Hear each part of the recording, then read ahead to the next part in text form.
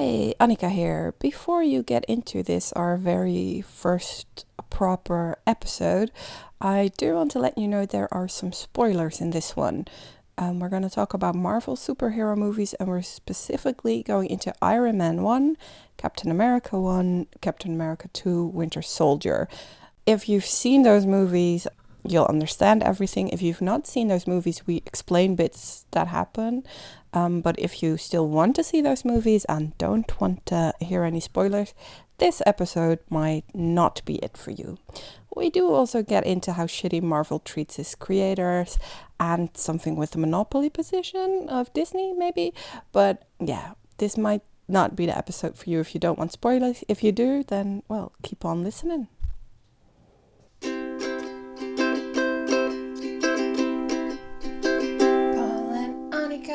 Like to talk a lot, so they made it into a podcast.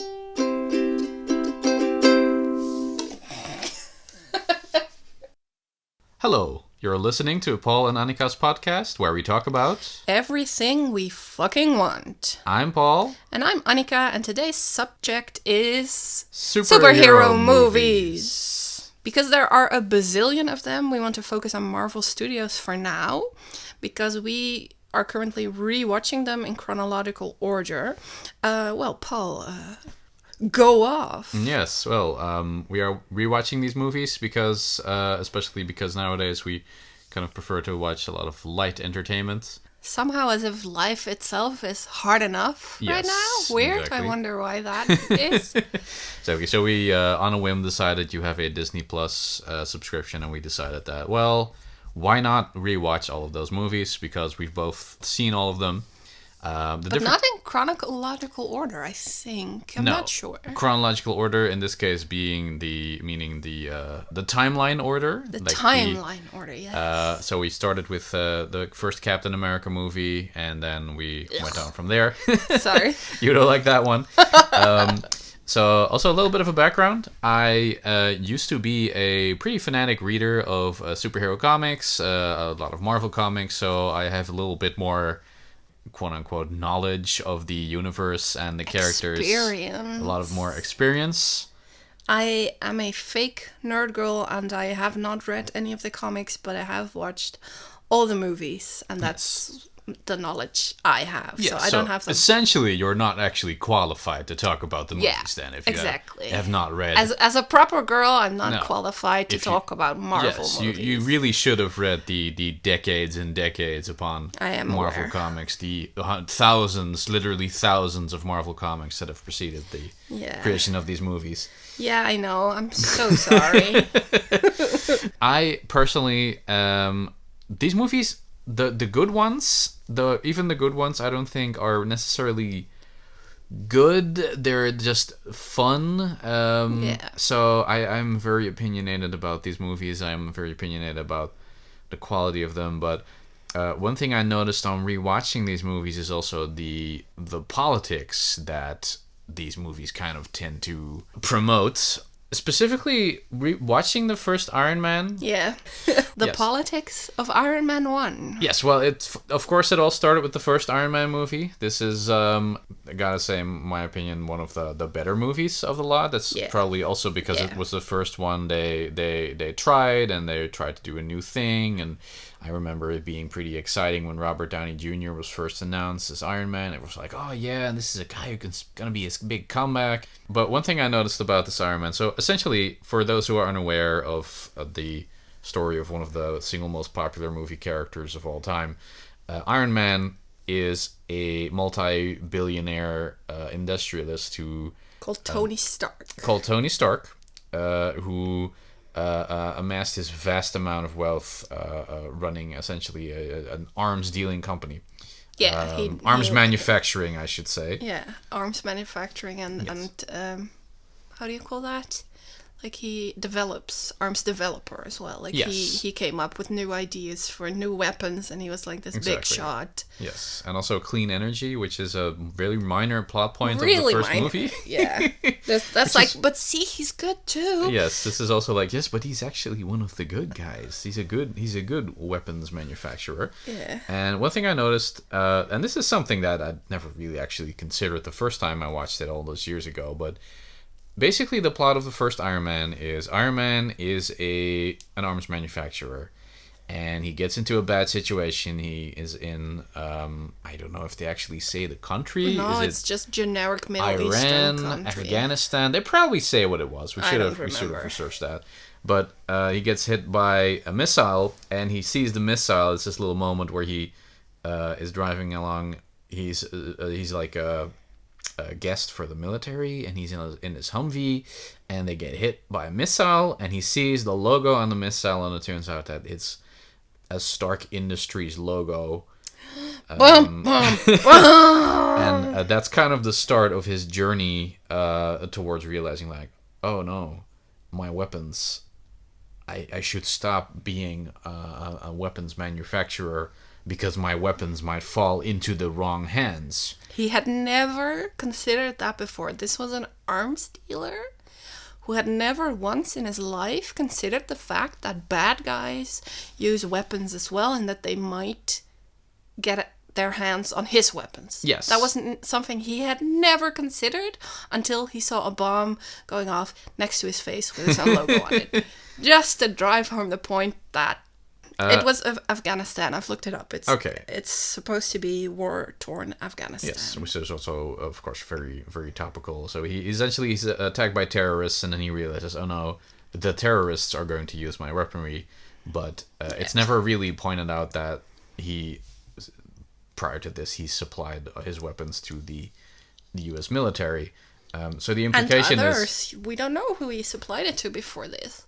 Yes, well, the movie shows him first has him show off his brand new missiles to the U.S. military, and this is presented as a good thing. This is yes. Oh yes, what a good killing weapon! Wow! Isn't it cool that we make these weapons of mass destruction for the U.S. military? But oh no, what if these weapons end up in the wrong hands?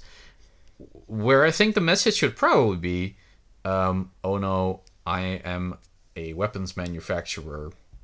Period. That is bad. Whoever gets the weapon, they are going to use it to kill people, no matter in whose hand it is. Yes. Some people might disagree and be like, well, I'd like the guns to be in the good guys' hands, but like, there are no good guys when it comes to guns. Well, hello, welcome to our stance on weaponry and politics surrounding that. But more or less. Yeah. So the movies themselves are not good. No, we used Iron Man as like an example of they're trying to be like, oh well, he realized that the weapons were bad, so because in the end he stops manufacturing weapons. For other people. But does he stop entirely? No. Well, I mean, of course, the Iron Man armor is. That's kind of when he realized that, okay, I shouldn't be making these for other people again. So I'm going to start. Essentially, he decided to privatize his own arms manufacturing, and he makes the He makes the Iron Man armor, and he makes it for himself exclusively. Like that's true.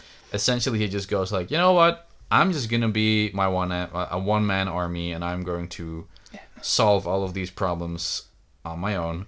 I'm a vigilante with billions. I will just make weapons only for myself, and nobody else gets to use them because he's the good guy. Yes, that's essentially the argument that all of these movies make, is that war is bad, but when you're on the good guy's side, you can kill a lot of people. Yes, so it's a good thing that this single man has access to all of this wonderful technology and on all of these this weaponry, because he's the one who developed them, so he should have the right to use them as well. Yeah. Which that is a topic that the later movies do try to grapple with, like the Captain America movies in specific. We haven't gotten to Civil War yet. No, we've not watched that yet. No. We're currently between Guardians of the Galaxy 1 and 2. Yes, that is if chronologically. If you are aware of the timeline order, that's where we are at the moment. Oh man, the next one's the second Guardians of the Galaxy, which was, I remember that one being kind of a real bad. It's got Santa Claus in it, though. Yeah, it has Kurt Russell, my man Kurt Russell, of course. That's another Santa thing. Claus. If you watch the Christmas Chronicles, you know what I'm talking about. He's a sexy Santa Claus. It's not sexy, God. Dilf Santa Claus. Ugh, like saying it straight up, like, I want to have sex with Kurt Russell. Yikes. Anyway, one of these... Okay, let's get back to the questionable morals, because when you were talking about Iron Man and the questionable morals it had of him being an arms dealer, I was thinking about Captain America as well, and how that sort of glorifies the army, or sort of, it super glorifies the army, and how soldiers are these amazing people, and like, I'm not saying all soldiers are bad people, but they're being trained to kill. There's no universe in which killing isn't bad, in my opinion, and being like disciplined, quote unquote, to kill is not necessarily a good thing. And Captain America is brought as like, he's this scrawny little dude at first, and then he gets injected with some type of serum. The super soldier serum. Yeah. And he becomes super strong, and then he gets to join the army. But at first, he's a scrawny dude who's trying to get into the army, even though he's got asthma, which is apparently horrible to have. Yes. Yeah, that is kind of like, the movie kind of tries to justify essentially the whole message, and this is of course also, I want to fight for my country, I have to be in the army. The whole idea behind Captain America is essentially he is not a worthy person until he becomes physically capable. Yeah, until he becomes a buff himbo. Exactly, like he grows a foot and gets big muscles that looks like he stuffed chicken breasts down his shirt. Yeah. I have to say, Chris Evans, like, handsome man, it looks kind of weird when he's as buff as he is in these movies. Yeah. It's like his body is not supposed to look like that. But I think that kind of goes for all. Like, that's kind of a different set of questionable morals that or questionable politics that they put into the movies. Everyone is so physically fit. Yeah. In a way that is so unrealistic. And because you don't have to look like that in order to do the things they do. Yeah. If you've got Tom Holland, this scrawny little Spider-Man dude, if you've seen his umbrella... yes. What's the name of that show? I don't know. What's that from? He does the umbrella dance, like, to the Rihanna song. It's the playback show. Is that a Jimmy Fallon thing? I don't know what that's from. I think it became its own show after that. Right. We have to cut this out. I don't know the name. We'll cut this part out. It's like the Tom Holland dance. Yeah, but Tom Holland is very capable of doing all the same things as Captain America and Thor and everybody else is, but he's like this scrawny little dude. But you don't, like, big muscles doesn't equate being strong, you know. Yeah. It can be just aesthetically pleasing, but that's it. Yeah, but this, like, going back to the Captain America thing, is where it's his worth as a character, and the movie kind of tries to justify this by saying no, but it's actually, he has a good character and he's like a good guy, and that's why he is deserving of receiving the serum. Yeah. But of course, essentially the message is still like, well, this guy has to be big and strong and physically fit, otherwise he's not worthy enough, of course. Yeah, and in order to be a soldier, that's like the ultimate goal in life for these men in that first Captain America movie. Is like, it's set in the Second World War times, and like, it's this, you have to become a soldier, and like, no, you don't. You know, it's good if you want to fight for your country, and if that's something you believe in, and, you know, go for it, but you're not less of a man or whatever the fuck if you don't do that. Yeah. And I think that's what bothers me about Captain America. It's like glorifying soldiers in a pretty unhealthy way, because if you see how many veterans come back from war like completely traumatized, it's not a good thing necessarily to be a soldier. They give up their entire physical and mental health for a war they didn't sign up for. Yeah, it is notable that Captain America is, and again, also something from the comics, but it's very convenient for these movies. Like because with the Second World War, you could at least argue that it's like he's at least fighting the Nazis. Yeah.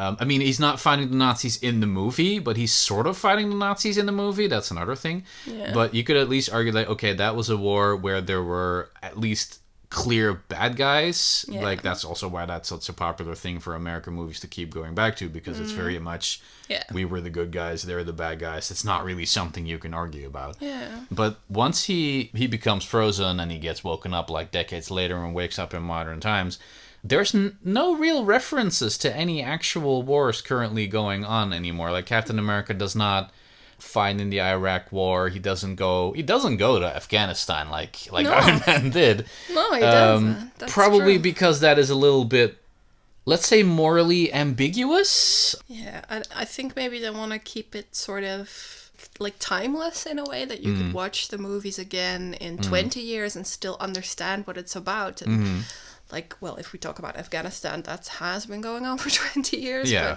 But maybe that's why they don't pick specific current events like that. Well, it's not really specific current event, but they do kind of try to. That's what that second Captain America movie kind of tries to do, and does try to address things like the surveillance state. Like the Winter Soldier movie is the one where it starts with Samuel Jackson's Nick Fury going, we built these gigantic aircraft carriers. And he says, with these babies, we can keep track of like the entire population of the world and take out every harmful target we have.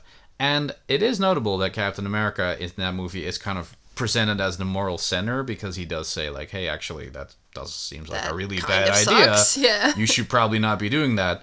But ultimately, where the movie goes with that is, it's the Iron Man thing again. I was going to say, it's the Iron Man thing again. It's not like, it's bad that you're keeping track of these people that you're essentially, like, he actually like legitimately has an argument there. He says, you're pointing a gun at the world, he says. Yeah. But then ultimately, it's revealed halfway through that the government has been infiltrated by cartoon super Nazis. Yeah. Who were actually Hydra. Yeah, the Hydra. Like, shall I go on a little tangent about Hydra? No, please don't. I don't think we have time for that. Short summary: Hydra doesn't make any. Hydra was too evil for the Nazis. Is basically the idea. Yeah. They were Nazis who were too evil to be Nazis. Yeah. They're just super Nazis, basically. Yeah. And also, so they couldn't sell toys with swastikas on them. Yeah. But basically then the ultimate reveal in that movie is like, well, actually the US government has been secretly infiltrated by these cartoon super Nazis, who are going to use these airships for their own nefarious purposes. Yeah. And then they realize And that's when they realize, like, oh, that's actually a bad thing. Yeah. Not until it falls into the wrong hands. Yeah. Again, it's the Iron Man thing again. Yeah, so it's like, it's just kind of this, it pays lip service to sort of the argument of, hey, this is a bad, but then it never actually bothers to engage with the argument and just goes, well, no, but also here are some bad guys. And then Captain America punches a helicopter at some point. He does that in the movie. Yeah, he punches a helicopter. And then there's all of this personal drama, and that's kind of like, they kind of move away from the argument they were trying to make, and then it just becomes another movie about having to bring down a gigantic CGI airship by villains. And I don't know, it's just one of those movies where people keep going, yeah, but this is like one of the movies that has substance to them, and this has some political commentary. But it really doesn't. No. But I think if you look at every Marvel movie this way, there's sort of the same plot like that going on. It's always the same kind of rhythm to it, and always the same kind of, oh no, it's really bad if the bad guys do it, but it's good if I do it. Exactly. They pretty much all have that, and it's just, we watch them because it's entertaining, and you just see a lot of fake explosions and CGI aircrafts, and it's fun, you know? It's just this, you don't have to think for 2.5 hours. It's just nice. That's why we watch it. People making jokes and stuff. Exactly. Some good jokes, some handsome people. It's fun to watch. That's the only reason we watch it. But sometimes we do get annoyed like this with them. But then we go to the questionable morals of Marvel Studios themselves. Yes, like it doesn't just end with the movies. No, because, I mean, if you're the type of people who do what we're going to talk about next, it explains the movies in a way, maybe. Yeah, well, basically, Marvel Comics has always been a little bit. What they were doing is not technically illegal. They were just kind of like, this is just scummy practices in the way that they've always basically treated their artists. Because we're gonna talk about how Marvel treats their original creators next. I had no knowledge of this because, as I said before, I'm a fake nerd girl. I had not read the comics, and I have no experience with the original creators apart from what you and my best friend tell me, who is also a big comic buff. But when I heard about that, it was really shocking, and I understand why a lot of actual comic lovers don't watch the Marvel movies. You know, you'd think they'd be happy with it, but they're not. And one of the reasons why they're not happy with it is because of how they treat their original creators. Yeah, if you could talk about that, how do they treat their original creators? And also, a lot of the comics fans adore these movies as well. So it's like there's not.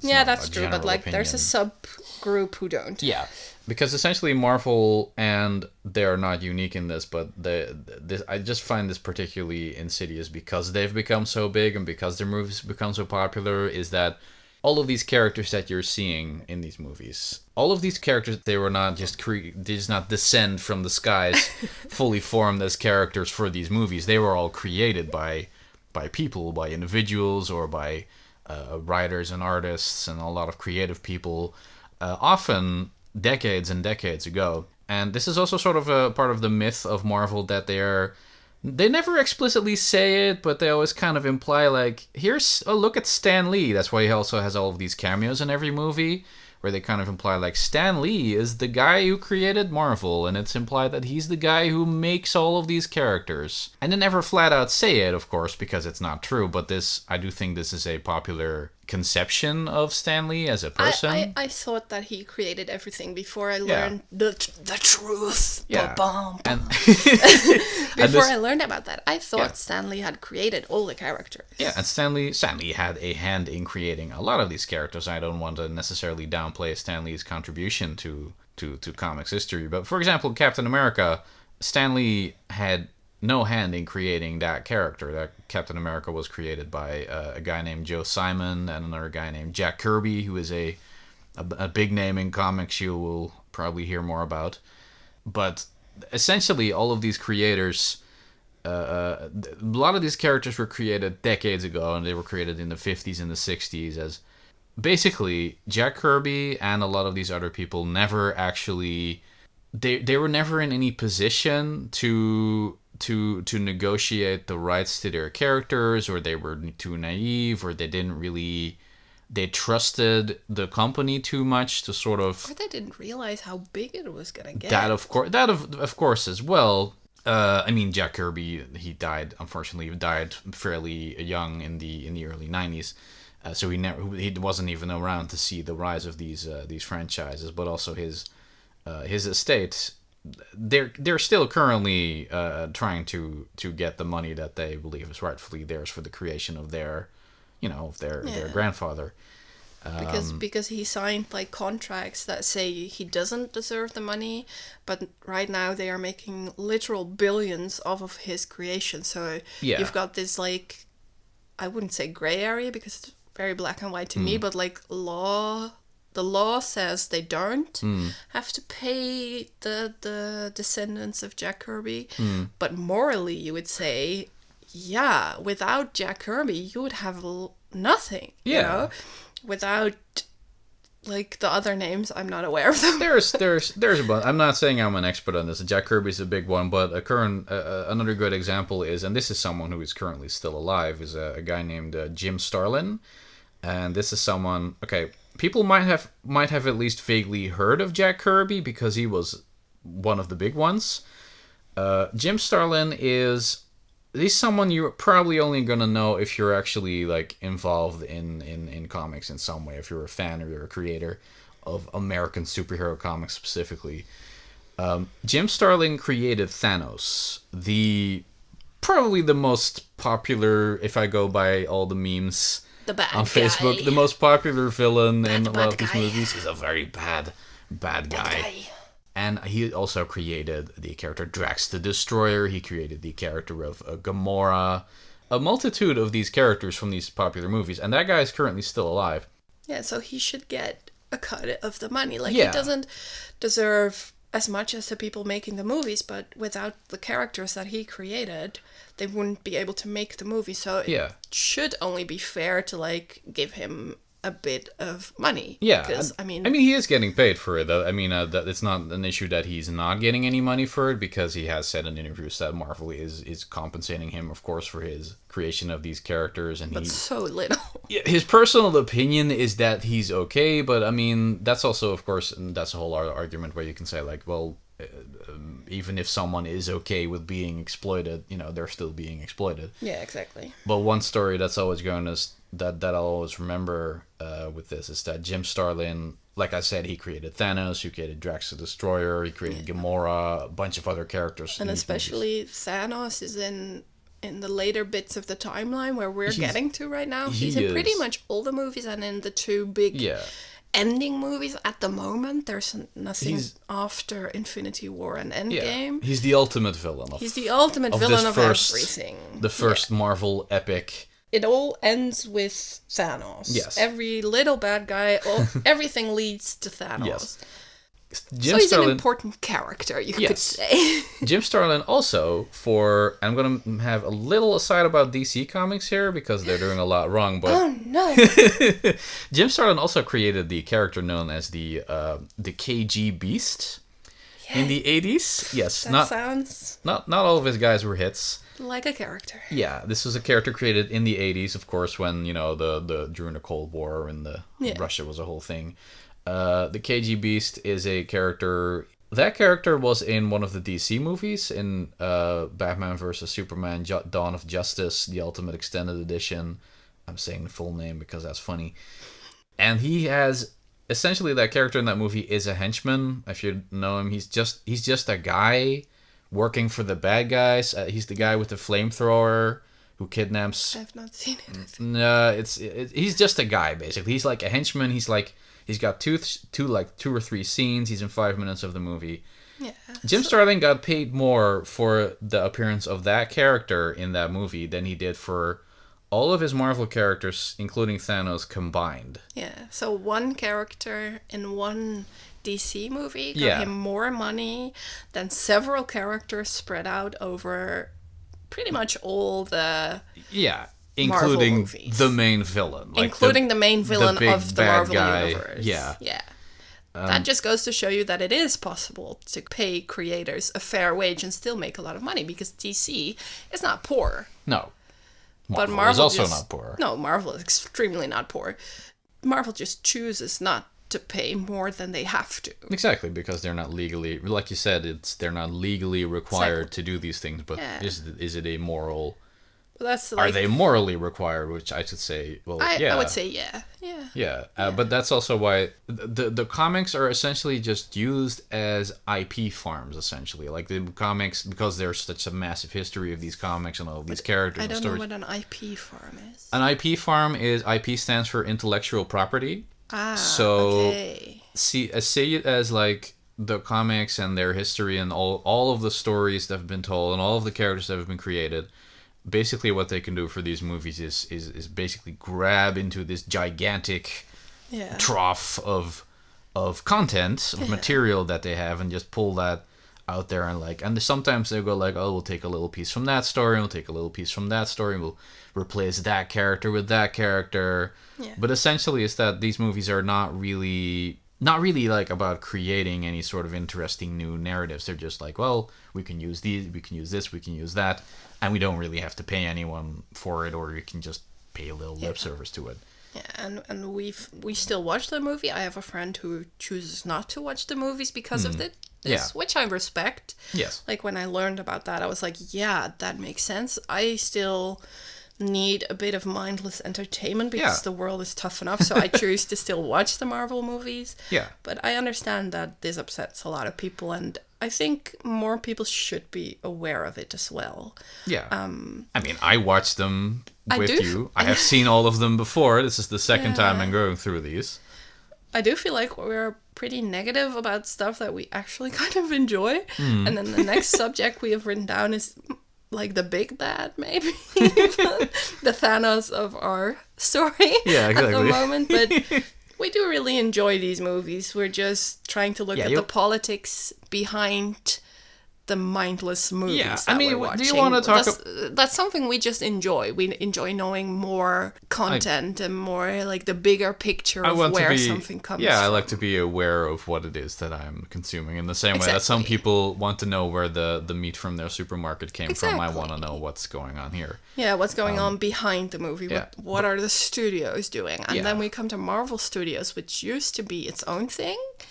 Owned by Marvel, I think. I'm not sure. Yeah, this is like with the first Iron Man. Marvel Comics became Marvel Entertainment somewhere in 2008 or 9, I think. And then they decided, well, we should try our hand at making our movies, because essentially they like rented out a lot of their IPs to different studios. Like 20th Century Fox had Fantastic Four, and what else? What's the other one? Sony had Spider-Man? Sony had Spider-Man, and they were renting out all of these IPs, and they were like, well, you guys are actually not doing a very good job with these. I mean, and they were right about that. If you've seen Fantastic Four movies, everyone that's ever been made is real fucking bad. Yeah, there have been 4, and all of them have been terrible. So then Marvel Entertainment said, let's make Marvel Studios and make our own movies. Yeah, so with the best of intentions, I assume like we're going to make movies that are going to be true to what our fans want. Yeah. And gotta say, they succeeded with that first one. And then in 2009, Marvel got bought up by the biggest of them all. Yeah, Disney. The Disney Corporation. The Disney Corporation now owns Marvel, just like they now own Star Wars, National Geographic, 20th Century Fox. Those are fairly recent. Yeah, and it's like Disney was already massive. Massive. Because Disney in and of itself is just Disney. They have theme parks all over the world. They have the biggest movies. Also, I think some of the best animated movies. It makes sense that they have those because they can pay the best animators, the best storytellers, everything. It's an aspiration for a lot of people to work for Disney. Ultimately, that seems like an end goal for a lot of young, which I understand, aspiring creatives. Yeah, but then they started buying up other companies like Marvel, and that's. Like, at first it's like, oh, that's nice because, they will give Marvel even more money. Not that they needed it, but okay. They will give Star Wars even more money. That's fun. Not that they needed more money, but okay. So maybe we'll get great content out of this. But now Disney owns so much of the content of the media that we consume that it's getting kind of terrifying. Disney is essentially trying to monopolize entertainment as a whole as a thing. And that's kind of like, I mean, that's also what the whole thing is, where like, okay, we watch these movies and we do, and I think you enjoy them more than I do, but I also enjoy some of them and some aspects of even the ones that I don't like as movies. I still like aspects of them. Yeah. But it's... Yeah, I'm the one squeeing at Baby Groot, and you're like, "Oh yes, it's a Baby Groot." Yes, exactly. Oh, it's a CGI creation. A CGI little twig, but he's designed in a lab to be as cute as possible. Yes, it's working. Yeah, what a baby. But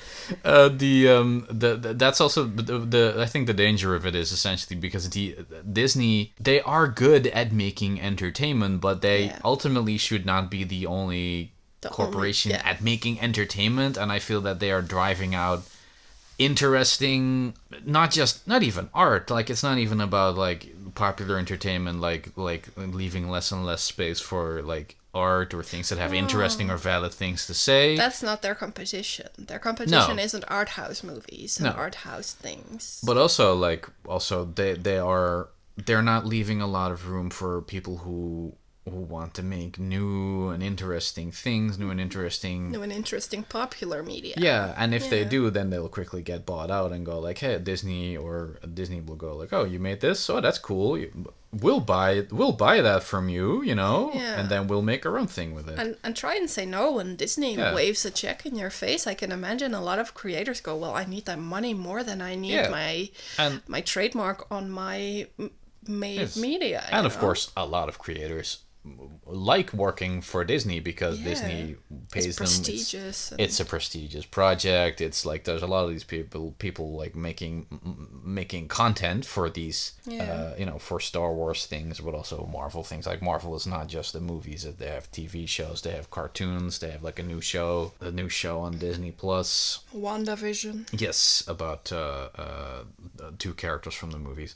Yeah. So there's more and more for people to enjoy, but that leaves less space for things that aren't Disney related or aren't Star Wars related or aren't Marvel related. Yeah, and with the acquisition of 20th Century Fox a couple of years ago, and that's not good. It's not good to have a monopoly on entertainment, basically. Yeah, they're becoming so big, and they were already so fucking big. Yes, they are massive. And that's kind of something to like keep your eye on and be aware of. Like, yeah, it's fun that we've got The Mandalorian, and then it's nice that we've got Disney Plus and we can watch all the Marvel movies, all the Star Wars movies, all National Geographic, everything, including just the regular classic Disney stuff. Yeah. I really enjoyed Disney Plus in that way. Like, I take advantage of the fact that they have a monopoly position like that. But to be aware of the fact that it is becoming a monopoly position, and that can be a really scary thing. Like, we don't really have a point to wanting to address this other than the fact, like... We can't do anything about it. No, but, like,